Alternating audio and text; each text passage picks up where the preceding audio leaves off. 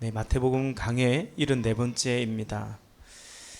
오늘 본문은 사두개파 사람들이 예수를 공격합니다. 예수님을 공격하는 이유는 쉬운 말로 예수님이 떠오르는 별이기 때문입니다. 그러니 자신들이 점차 지는 별같이 되고 있었기 때문이죠. 오늘은 사도개인인데요. 앞서 오늘 23절에 보니까 같은 날이라고 되어 있잖아요. 앞서 본문에는 바리새인들이 예수님을 향해서 또 공격했습니다. 또 오늘 본문 그 다음에 보면 또 바리새인들, 율법학자가 또 예수님께 와서 이제 예수님을 공경에 빠뜨리려고 하는 그런 질문들을 이어갑니다.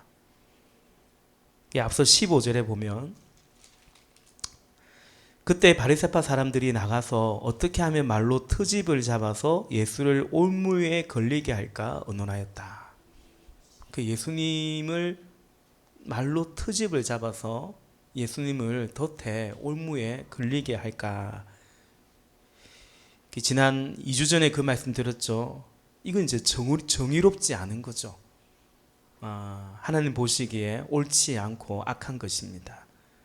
어쨌든 이들이 예수님을 올무에 빠뜨리려고 끄집어낸 아이디어가 뭔가, 우리 22장 17절에 보니까 그러니 선생님의 생각은 어떤지 말씀해 주십시오. 황제에게 세금을 바치는 것이 옳습니까? 옳지 않습니까? 물었죠. 제가 그런 말씀 드렸습니다. 이들의 행위는 이미 옳지 않잖아요. 정의롭지 않거든요. 근데 예수님께 뭘 물었습니까? 황제에게 세금을 바치는 것이 옳으냐, 옳지 않냐라고 물었습니다. 자신들은 이미 옳지 않은 어떤 마음의 태도와 행동을 하고 있는데 묻기는 이게 옳은가 옳지 않은가, 그걸 물었던 거죠. 정의를 주장하는, 내세우는 사람들이 의외로 정의롭지 않은 사람들이 사실 있듯이 이 바리새인들이 그러했습니다. 그런데 오늘 본문도 어찌 보면 같은 좀 비슷한 구조입니다. 23절이죠. 본문 23절에 보면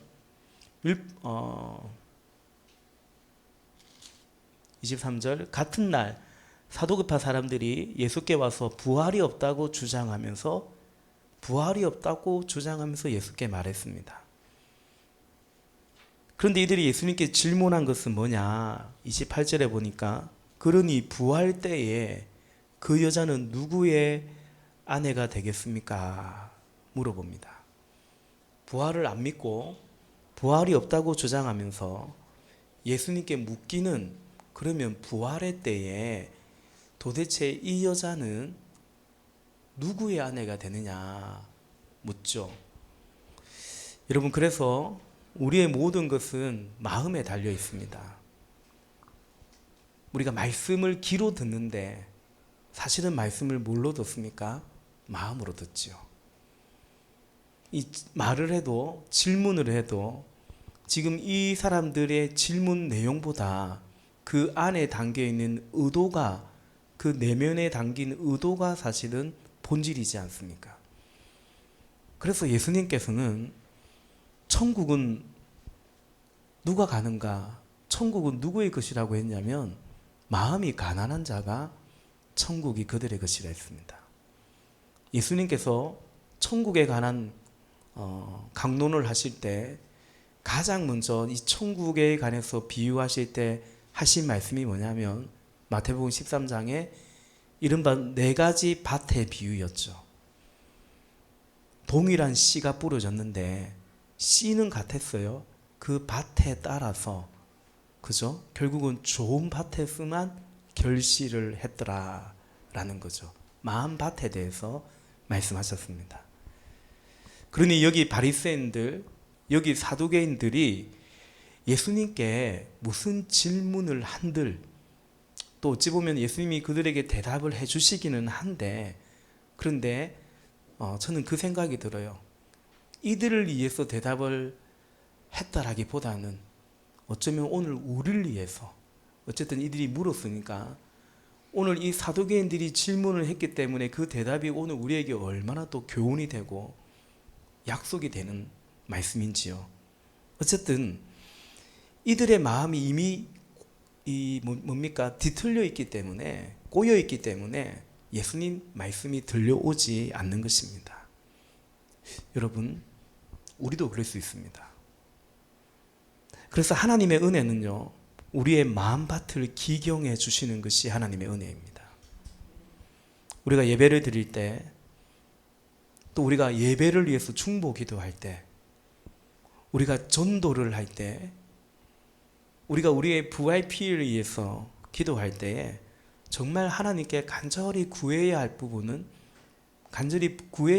바로 이거죠. 하나님, 그들의 마음밭을 갈아엎어 달라라는 이 기도입니다. 요한복음 15장 1절에서 나는 참 포도나무요 내 아버지는 농부라 예수님이 말씀하셨습니다. 여러분, 저 밭은 누가 갈아엎습니까? 농부가 갈아엎죠. 밭이 밭을 얻지 못해요. 밭은 하늘이 바꿔주는 거고요, 밭은 농부가 갈아엎는 거예요. 그래서 우리는 농부이신 아버지, 우리의 마음밭을 기경해 주십시오. 농부이신 아버지, 저 우리 목원에, 저 우리 VIP의 마음밭을 기경해 주십시오. 기도해야 되는 것입니다. 제가 이 말씀을 드리는 이유는 오늘 본문 자체가 사실은 이런 배경에서 오고 간 대하다, 질의응답이다 라는 것을 말씀을 먼저 드리는 것입니다. 2주 전에도 그런 말씀 드렸어요.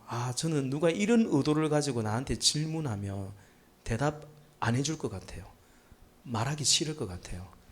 그쵸? 나쁜 의도로 올무에 넣으려고 묻는데, 그런 질문에 만다고 대답을, 뭐 때문에 대답을 해주겠습니까? 대화라는 것이 기본적으로 서로 진실해야 하는 건데, 이런 꿍꿍이를 가지고 접근하는데 뭐 한다고 얘기를 하냐라는 생각이 드는데, 예수님께서는 말씀해 주십니다. 본문에 사두개파 사람들이 등장하는데, 제사장 사독의 후예들입니다. 그래서 사두개파라고 이름이 붙였습니다. 당시에 이 바리새파와 사두개파는 이 종교 권력을 양분했습니다.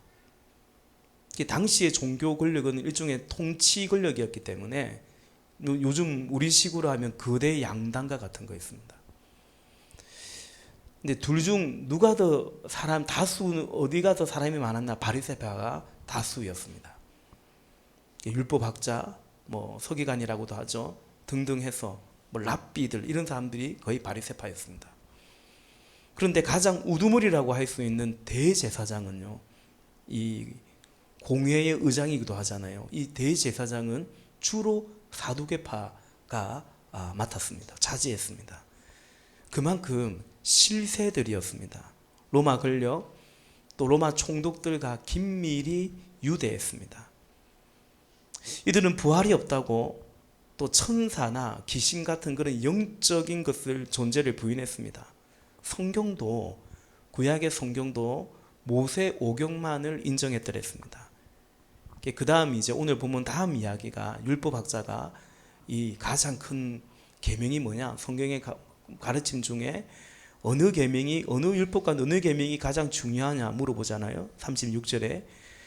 그때 예수님께서 네 마음 다하고 목숨 다하고 뜻을 다하여 네 하나님 사랑하고 둘째도 이와 같은데 네 이웃 사랑하라고 말씀하시면서 22장 40절에 보니까 이 두 계명에 온 율법과 예언서의 본뜻이 달려있다라고 말씀하시죠. 구약 성경은 크게 모세오경과 예언서로 되어 있지 않습니까?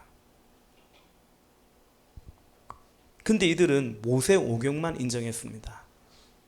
부활, 영적 세계, 천사, 귀신 이런 거 인정하지 않고, 또 선지서를 엄연히 구약 말씀인데 예언서를 인정하지 않고, 한번 생각할 필요가 있겠죠. 이들은 왜 그럴까? 왜 그랬을까?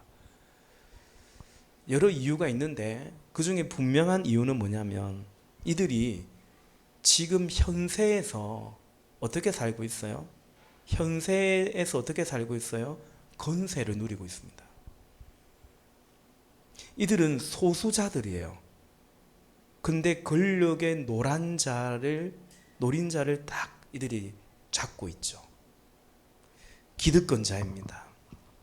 여러분, 원래 기득권을 가진 사람들은 자신들의 그 수를 늘리진 않습니다. 좀 이렇게 얘기하면 어떻게 들릴지 모르겠는데 법조인들, 그 법조인 늘리지 않습니다. 사법고시 인원을 오히려 제한하려 합니다. 그래야 자기의 소수의 기득권을 더 유지할 수 있기 때문이죠. 의대 정원을 정부에서 늘리려고 해도 의사들이 엄청 반대하지 않습니까? 의사가 많아지면 자기들이 가지고 있는 하나의 그것을 약해지기 때문에 그런 거죠. 국민은 법률 서비스를 좀 더 쉽게 받아야 되고, 또 사실은 의료 서비스도 더 좋게 받아야 되고, 모든 것이 경쟁인데 그 세계도 실력이 없으면 도태되는 건데 아니라는 거죠. 그 소수 그걸 기득권을 그대로 가지려고 하는 것 같습니다. 예언서의 주제가 뭡니까? 예언서의 주제가 이 죄를 고발하고, 그래서 하나님이 심판하고 멸망하고, 또 때가 되면 하나님이 또 회복시켜 주시고, 이제 그게 예언서의 주제죠. 미래적입니다. 근데 부활이라든지 영적인 거라든지 다 미래적이고 보이지 않는 세계입니다. 사도계인들은 이것을 부인하는 것 같습니다. 현실에 만족하기 때문에 비현실적인 것을 굳이 믿으려 하지 않습니다. 내세나 심판이나 회복 이런 데 관심이 없습니다. 그냥 오늘이 좋은 겁니다. 오늘이 좋은 건 좋은데 왜 오늘이 좋으냐, 이게 또 중요하지 않겠습니까? 이들은 오늘이 좋아서, 그래서 예수님을 거부 배척했습니다. 자신들의 현 위치에, 자신들의 기득권에 뭔가 태클을 걸어오는 도전자가 되기 때문입니다. 결정적인 것은 뭡니까? 성전 권력이었죠. 매매하고 돈 바꾸고, 어쨌든 제사만 있으면 무조건 알아서 돈 버는 건데 예수님이 그 권력에 도전했기 때문이죠. 내 아버지의 집은 만민이 기도하는 집인데 이것들이 강도의 소굴로 만들어놨다. 예수님이 진노하셨습니다. 여러분, 우리 안에도 이런 것 있을 수 있다고 저는 생각합니다. 근데 내 안에 사도계파적인 것이 있을 수 있습니다. 우리는 그런 기득권자도 아니고 그런 소수의 기득권자도 아닌데, 그렇죠. 그런데 우리 안에도 뭔가 그것이 옳다 할지라도, 더욱이 진리라고 할지라도 저항하는 것이 있을 수 있습니다. 우리는 불편하면은 싫어지고요. 변화에도 약간은 저항할 수 있고, 물론 무조건 변화되어 가는 건 아니죠. 예컨대 어떤 희생이나 헌신이나 인간적으로 별로 좋아하지 않습니다. 그래서 신자인데 영혼 구원 이런 거 부담되고, 전도 부담되고 귀찮고, 성결한 삶을 향한 영적 도전 이런 것도 너무 그렇게 막 이렇게 그냥 가르치고 배우는 정도가 아니라 여기에 계속 막 확인하고 들어오면 좀 싫은 거죠. 예수님이 마태복음 28장에서 너희는 가서 제자 삼으라 했잖아요. 어떻게 제자 삼으라 했습니까? 가르쳐 지키게 하라 했거든요. 가르치는 것만 하지 않고 지키는지 확인하라 했거든요. 그러니까 그 굉장히 힘든 겁니다. 그렇죠? 신자 입장에서도 그냥 목사님 그냥 말씀해 주시고, 교회도 그냥 설교해 주시고 예배 드리고, 근데 우리 삶을 자꾸만 이렇게 더 깊이 들어오면, 기도는 얼마나 하십니까? 요즘은 얼마나 성결한 삶을 살려고 하십니까? 계속 내 삶에 이렇게 들어오면 좀 부담되고 싫을 수 있죠. 이런 것들이 우리 안에 있는 뭔가 죄송해요. 죄송해요. 사두개인 같은 요소일 수 있습니다. 여기 사두개인들이 예수를 향한 도발과 그 도발에 따른 질문이 이겁니다. 24절부터 28절까지인데요. 이른바 계대 결혼에 관한 질문을 합니다. 이건 신명기 25장의 말씀인데 신명기 25장 5절과 6절에 보면 형제들이 함께 살다가 그 가운데 한 사람이 아들이 없이 죽었을 때 그 죽은 사람의 아내는 딴 집안의 남자와 결혼하지 못합니다. 남편의 형제 한 사람이 그 여자에게 가서 그 여자를 아내로 맞아 그의 남편의 형제된 의무를 다해야 됩니다. 6절 그래서 그 여자가 낳은 첫 아들은 죽은 형제의 이름을 이어받게 하여 이스라엘 가운데서 그 이름이 끊어지지 않게 해야 합니다. 아멘. 이걸 이제 계대 결혼이라고 합니다. 룻기에 이제 보아스가 룻을 맞이할 때 이 의무를 지죠. 근데 룻보다 앞선 우선순위가 있었는데 그 사람은 이 의무를 거부했고 보아스는 이 의무를 받아들였습니다. 이 말씀에 지금 근거해서 이 모세오경에 정통한 이 사두개인들이 신명기 말씀을 근거해서 여기 7 형제가 다 죽은 거예요. 첫째 형수가 이제 제일 큰 형님의 부인이 둘째, 셋째 쭉 이렇게 이제 아내가 되었는데 그럼 부활 때는 그 여자는 누구의 아내가 되냐? 그 여자의 남편은 누구냐? 이렇게 물은 겁니다. 28절 그러니 부활 때에 그 여자는 누구의 아내가 되겠습니까? 7이 모두 그 여자를 아내로 맞아들였으니 말입니다. 사실 너무 극단적인 것을 가정해서 그죠? 예수님을 코너로 몰아넣고 있는 것 같아요. 자기들 딴에는 머리 많이 굴린 겁니다. 이거. 예. 이에 대해서 예수님이 그들의 무지를 일단 말씀하십니다. 29절이죠. 같이 읽어봅시다. 시작. 예수께서 그들에게 대답하셨다. 너희는 성경도 모르고 하나님의 능력도 모르기 때문에 잘못 생각하고 있다. 아멘. 저는 이 말씀 보면서 좀 웃음이 나왔습니다. 얘들 엄청 머리 굴렸는데 예수님께서 야, 너 성경도 모르고 하나님의 능력도 모르고 그래서 지금 그 질문 자체가 너무 잘못된 질문이다. 뭘 모르는가? 부활에 대해서 잘 모르고 있다. 그거 이전에 당신들이 알고 있다고 생각하는 이 신명기 그 계대 결혼에 관한 율법 자체에 담긴, 더 나아가 결혼 자체에 담긴 의미를 그 성경의 뜻도 니네들은 모르고 있다. 지금 예수님 그 말씀 하시는 거거든요.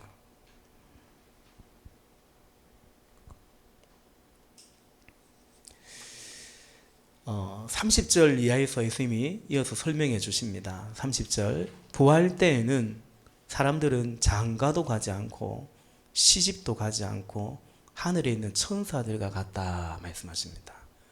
그럼 부활의 때 이 그 여자는 누구의 아내냐, 누가 그 여자의 남편이냐 물어봤는데 부활 때에는 그런 관계 없다는 거예요.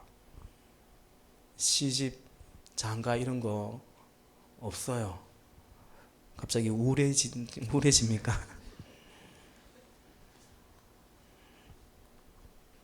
여러분 이런 부활 어떻습니까?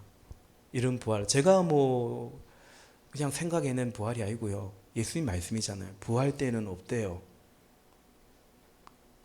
괜찮겠습니까?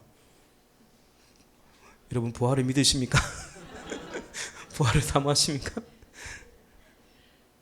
지금 나의 배우자가, 나의 남편과 아내가 그때 나의 남편과 아내가 아닙니다. 할렐루야.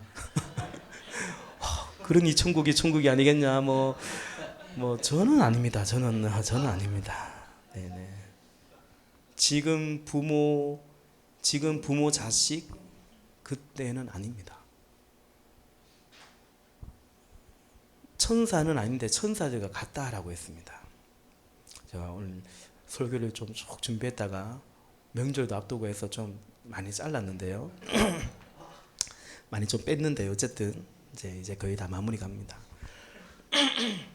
지금 부모 자식 그때 아닙니다.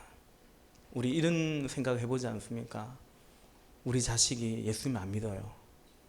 우리 부모님이 그렇게 내가 기도도 했는데 나름 예수님 안 믿고 그냥 돌아가셨어요.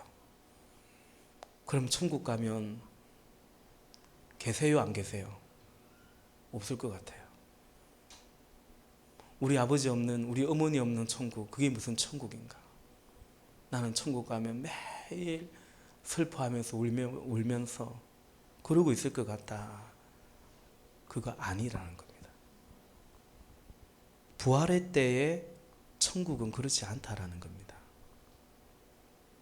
우리가 장례 예배 때 돌아가신 우리 할머니, 돌아가신 어른 이제 천국 가면 만나죠. 그날을 고대하죠. 계세요. 근데 그때도 그 할머니고 나는 손주고 그런 거 아니라는 겁니다.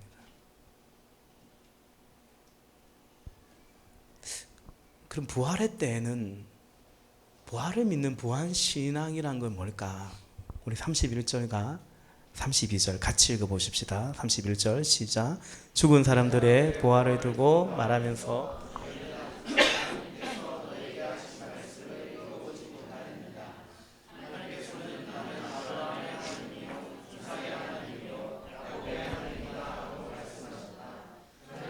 죽은 사람의 하나님이 아니라 살아있는 사람의 하나님이시다. 아멘. 하나님은 죽은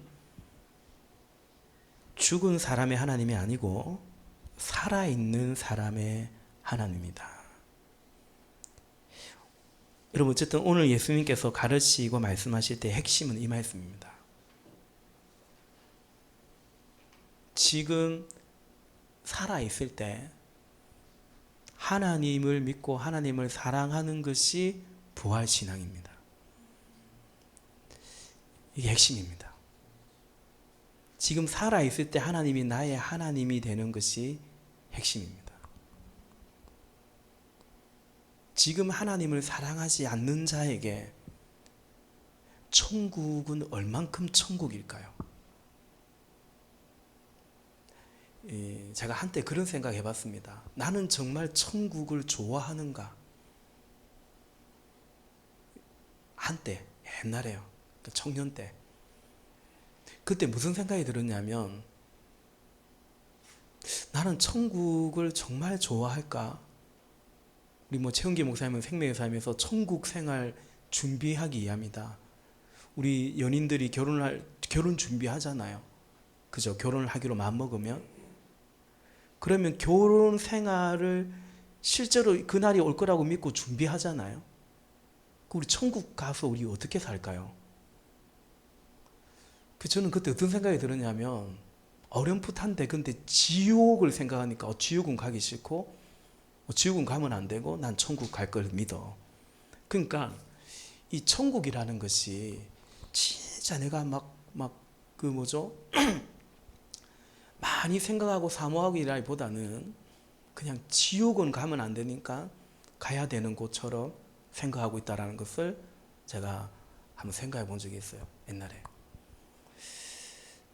여러분은 어떻습니까? 그러니까 여러분 지금 하나님을 사랑하지 않는 자에게 천국은 어떤 개념이 될까요? 그 천사들과 같다 했거든요. 부활의 때는요. 지금 하나님을 사랑하지 않으면 부활 신앙이 간절하지 않을 수 있습니다. 지금 이 세상을 사랑하고 여기에 만족하는 사도교인들이 부활 신앙이 없고 그런 것을 부인하는 것은 어쩌면 당연한 거죠. 그리스도인들은 지금도 좋고 오늘도 좋지만 항상 내일을 더 사모하는, 지금 여기에서도 하나님의 통치 가운데 그분의 대리 통치자로 살아가기를 애쓰지만 그러나 주님이 오시기를, 그래서 그분이 완성해 주시기를 사모하고 살아가는 자들이거든요. 아멘이십니까? 그래서 바울이 지금 예수님을 사랑하면서, 그래서 주를 위해서 살아가면서 그는 주님이 다시 올 곳을 그토록 사모했습니다. 고린도전서 13장 12절. 지금은 우리가 거울로 영상을 보듯이 희미하게 보지만은 누굴요? 주님을. 그때에는 주님이 다시 오시면 부활의 때에는 그때에는 얼굴과 얼굴을 마주하여 볼 것입니다. 지금은 내가 부분밖에 알지 못하지만은 그때에는 하나님께서 나를 온전히 아신 같이 나도 그분을 온전히 알게 될 것입니다. 고백하죠. 그걸 사모했습니다. 빌립보서 1장 21절부터 23절에 나에게 사는 것이 그리스도이시니 죽는 것도 유익합니다. 그러나 육신을 입고 살아가는 것이 나에게 보람된 일이면 내가 어느 쪽을 택해야 할지 모르겠습니다. 나는 이 둘 사이에 사느냐 죽느냐 이 둘 사이에 끼어 있습니다. 내가 원하는 것은 세상을 떠나서 그리스도와 함께 있는 것입니다. 그것이 훨씬 더 나으나라고 말하죠. 그러나 주님이 주신 사명이 있어서 할 일이 있어서 주신 아직 내 인생을 통해서 주님이 허락하신 몫이 있어서 그거 이제 감당한다라는 그 고백이죠. 그런데 사실은 뭡니까? 더 원하는 건 뭡니까? 그러니까 세상을 떠나는 것이 미련이 없습니다. 세상을 떠나 그리스도와 함께 있는 그거다라고 말하는 거죠. 그러니까 지금 여기서 예수님을 사랑하는 바울이 영혼에 대해서 부활에 대해서 사모하는 것을 보게 됩니다. 부활신앙은 천국신앙은 지금 하나님의 통치 속에서 지금 하나님을 사랑하며 지금 사랑하는 주님의 소원을 이루며 살아가는 것입니다. 그래서 지금 아내를 남편을 사랑하는 거예요. 부활신앙을 가지고 있기 때문에. 지금 자녀들을 하나님의 자녀로 길러가고 지금 우리의 부모님, 우리의 형제들을 이렇게 섬겨가는 것입니다. 이것이 하나님은 살아있는 자의 하나님이다라는 바로 그 하나님을 믿는 자, 그 부활신앙을 가진 자의 삶이다라는 거죠. 그러니까 사도계인들이 죽고 나서 뭐 어떻고 이 질문이 부활의 질문이 아니에요. 여러분 가족, 결혼 등등 이 모든 것이 영원한 그러니까 부활의 생명을 주시는 하나님이 지금 이 땅 가운데 우리에게 주신 것들입니다. 그러나 부활 때에는 그런 게 더 이상 필요하지 않습니다. 나를 돌봐줄 부모님이 혹은 내가 돌봐드려야 될 뭐 그런 부모님, 그런 자녀가 필요 없고요. 결혼, 섬김 이런 것도 필요하지 않습니다. 결혼은 혼자 있는 외로움과 생육하고 번성하는 것을 위해서 하나님이 주신 선물이죠. 계대 결혼도 그 안에 포함되어 있는 것입니다. 부활 때는 더 이상 이게 필요 없다고 말씀하십니다. 그래서 우리는 부활을 믿고 심판과 구원 또 완성을 믿으면서 지금 여기에서 하나님을 사랑함으로 나의 배우자를, 우리의 부모님을, 자녀를, 형제 자매를 사랑하며 살아가는 것입니다. 먼저는 하나님 사랑입니다. 하나님을 사랑하고 하나님의 통치 안에서 우리가 연애도 하고 사랑도 하고 결혼도 하고 자녀도 길러가는 것입니다. 그것이 하나님이 우리에게 주신 축복입니다. 하나님보다 더 우선된 사랑은 그러니까 우리가 연인을 사랑하고 아내와 남편을 사랑하고 자녀를 사랑하는데 근데 하나님 사랑보다 그것이 더 우선될 때 그 사랑은 사실은 자기 사랑일 때가 많습니다. 자기 욕심적인 사랑입니다. 사랑 같은데 사랑 아닌 사랑. 하나님을 사랑하면서 우리의 가족을 사랑하는 것은 생명의 사랑이라면 그보다 앞선 그 어떤 대상을 하는 사랑은 사실은 자기 때문에 하는 사랑일 수가 있고요. 그래서 그 사랑은 사랑인데 누군가를 힘들게 하는 사랑이 되기도 한다는 거죠. 부활의 날은 주님으로 온전히 만족하며 행복한 날입니다. 천사 같은 거예요. 천사들은 오직 주님으로 만족하는 자들이거든요. 부활의 날은 주님으로 온전히 만족하며 행복한 날입니다. 그러니 지금 하나님이 살아있는, 내가 지금 살아있을 때 하나님이 그런 하나님이 되는 것이 진정한 부활의 신앙이고 부활의 날을 사모하는 믿음이 되는 것입니다. 말씀을 맺겠습니다. 말씀드린 것처럼 신자는 오늘도 좋지만 사두개인들만 근세를 가졌기 때문에 이들이 오늘 현세에 만족하는 것이 아니고 우리도 우리 안에 계신 성령 하나님과 더불어 오늘도 좋고요. 그러나 언제나 내일이 더 좋은 자입니다. 왜? 지금은 부분적으로 아니까요. 지금은 우리가 주님 사랑하지만 희미하단 말이에요. 여기도 천국이지만 완성될 하나님의 나라를 소망하는 자, 그게 신자죠. 이것이 우리의 삶으로 사실은 증명되고 이루어진다. 성경은 말씀합니다. 우리가 이런 하늘에 소망을 두고 살아간다라는 것을 알 수 있어요. 증명됩니다. 특별히 예수님은 뭐라고 말씀하셨냐면 우리가 과연 어디에 소망을 두고 살아가는가. 마태복음 6장에서 우리의 보물을 어디에 쌓는지를 보면 안다라고 주님 말씀하셨어요. 땅에 쌓는지 하늘에 쌓는지 말입니다. 우리 자녀들에게 특별히 추석이라서 또 그런 생각이 듭니다. 또 이제 질문 자체도 남편과 아내에 관한 질문이기도 했기 때문에 우리 가족들에게 진정 믿음을 유산으로 남기려 하는지. 얼마나 귀한 보물이에요. 이 보물에게 정말 믿음이라는 보물을 유산으로 남기려고 하는지, 아니면 땅이 보물이라고 말하는 물질을 어쩌든지 남기려고 하는지. 예수님은 바로 거기에서 당신들 보물이 뭔지, 당신들 소망을 어디에 두고 살아가고 있는지 확인된다라고 예수님이 말씀하셨습니다. 우리 주님이 보물이고 그분의 나라 영생이 우리에게 보물인 것입니다. 그래서 우리의 보물 같은 사랑하는 자녀에게, 가족에게 우리는 보배이신 예수님, 이 복음을 지금 살아있을 때 전하고 또 전하는 겁니다. 그래서 아브라함이 이삭에게, 이삭이 야곱에게, 야곱 참 진짜 야곱 골 때리지 않습니까? 야곱.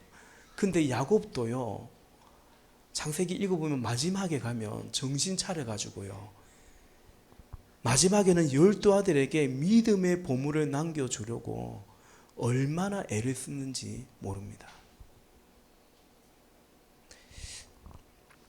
추석도 앞두고 있는데 여러분, 나의 자녀, 나의 가족, 나의 후손들에게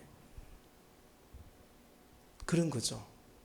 하나님은 우리의 손주가 이렇게 고백하는 거죠. 하나님은 우리 할아버지의 하나님, 우리 할머니의 하나님이셨어. 야곱은 그 고백을 하잖아요. 아브라함의 하나님, 그 뭐예요? 우리 할아버지의 하나님이었다는 거예요. 또 하나님은 우리 부모님의 하나님이었다고, 이삭의 하나님이었다고. 그리고 그 하나님은 지금 살아있는 나의 하나님이라고 고백하는 거죠. 우리가 그죠? 죽은 사람의 하나님만은 아니고, 우리 조상의 하나님만은 아니고, 살아계신 하나님이며, 그리고 지금 나의 하나님이라고 고백하는, 그게 부활신앙이거든요. 그 부활신앙이 우리의 믿음이요, 우리의 유산이 될 수 있기를 주님의 이름으로 축복합니다. 기도하십시다. 우리 시간 찬양 같이 하고 이 말씀 준비하면서 이 떠오른 함께 제가 부른 찬송이 있는데 함께 부르면 좋겠다 싶었어요. 370장입니다. 주 안에 있는 나에게. 우리 말씀 기억하면서 함께 우리의 고백으로 찬양하십시다.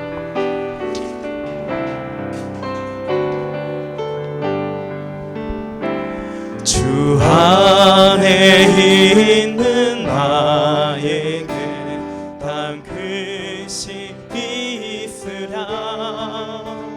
십자가 밑에 나가 내 짐을 풀었네. 주님을 찬송하면서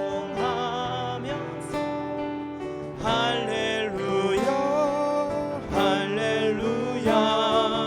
내 앞길 멀고 험해도 나 주님만 따라가리. 여러분, 우리가 한 번 더 이 찬양할 때는 왜 이 찬양이 제가 말씀 주변 이 찬양이 생각나는가, 왜 말씀을 묵상할 때 이 찬양의 고백을 올려드리기를 원하는가. 지금 우리가 주 안에 있잖아요. 천국도 주 안에 있는 거잖아요. 그러니까 지금 주 안에 있는 나에게 무슨 딴 근심이 있겠냐. 그죠? 주님께 다 내 짐을 풀고, 결국 우리 내 앞길 멀고 험해도 뭐 어떻게 하겠습니까? 어쩔랍니까? 나 주님만 따라가리. 부활에 어찌하든지 바로 그 부활 소망 속에 우리가 바로 지금 여기에서 믿음 생활 해가는 거죠. 자, 우리 다시 한번 우리 찬양으로